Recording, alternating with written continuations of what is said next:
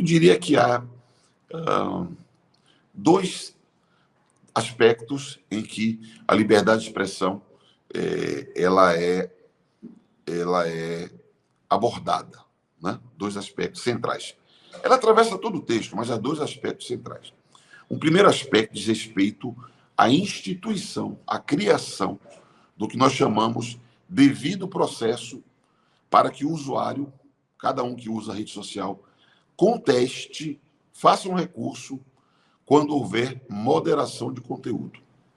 Certo. Moderação de conteúdo, nossos amigos que nos acompanham sabem o que é. É quando você retira uma publicação, quando você diminui o alcance daquela publicação, quando você rotula aquela publicação. É uma moderação de conteúdo. Isso é feito hoje por quem? Pelas plataformas digitais. À luz do projeto de lei em debate, será feita por quem? Pelas plataformas digitais. Elas seguirão fazendo moderação de conteúdo. Na minha visão, inclusive, elas não têm direito de fazer, elas têm dever de fazer moderação de conteúdo. Então, isso é um aspecto importante. Fará quem faz hoje, segundo a proposta. Mas hoje falta para o usuário, para a sua experiência, um canal direto, expresso, simples, que esteja a um clique do usuário. Falta um canal para ele contestar a plataforma digital quando ela fizer a moderação. Isso não existe. Ele pode recorrer à justiça. Mas no Brasil, as pessoas não acessam a justiça para discutir uma publicação na internet. É um número risível de pessoas que fazem um movimento no judiciário para sustentar uma determinada posição. Quase sempre quem faz isso é político, na verdade. Então eu diria que criar esse canal é um passo adiante na defesa da liberdade de expressão. Por isso, na minha visão, a proposta ela amplia a liberdade de expressão, criando um mecanismo para que o próprio usuário, ele, não é partido, não é governo, não é indústria, não é ninguém. Ele, usuário, tem um canal que, com um clique, ele conteste. E há a exigência, nesse devido processo, de que essas empresas fundamentem o ato. Não basta dizer, você feriu o termo de uso, você feriu política de uso. Não, você tem que dizer, olha, você feriu tal item da política de uso para que o usuário possa contestar. Então, aqui, nós fortalecemos a liberdade de expressão, criando um mecanismo para que o usuário, ele próprio, defenda a sua liberdade de expressão. E há um outro aspecto, que é estabelecer obrigações, chamado no texto de dever de cuidado, como está na lei da Alemanha, dever de cuidado para as empresas, no que diz respeito a alguns crimes tipificados no Código Penal, que essas empresas teriam o dever de cuidado de, ao conhecer publicações que praticam crimes, ou ao serem informadas dessas publicações, porque, evidentemente, são bilhões de publicações por minuto, e a inteligência artificial pode furar aqui e acolá, e crimes passarem pelos filtros dele, certo?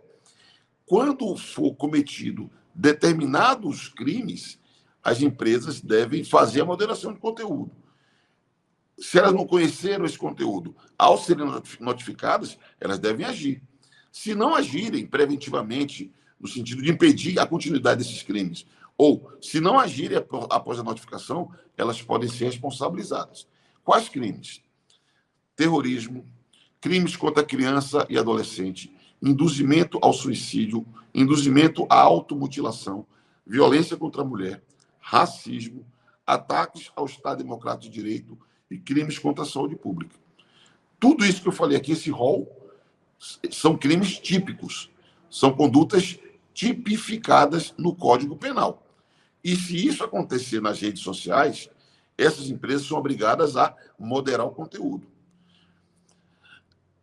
Eu considero que é razoável que haja uma preocupação com o cometimento de crimes. Veja um exemplo clássico, né? A questão da vacina. Eu entendo que uma pessoa falar, eu não vou tomar vacina, é o meu corpo, são as minhas regras.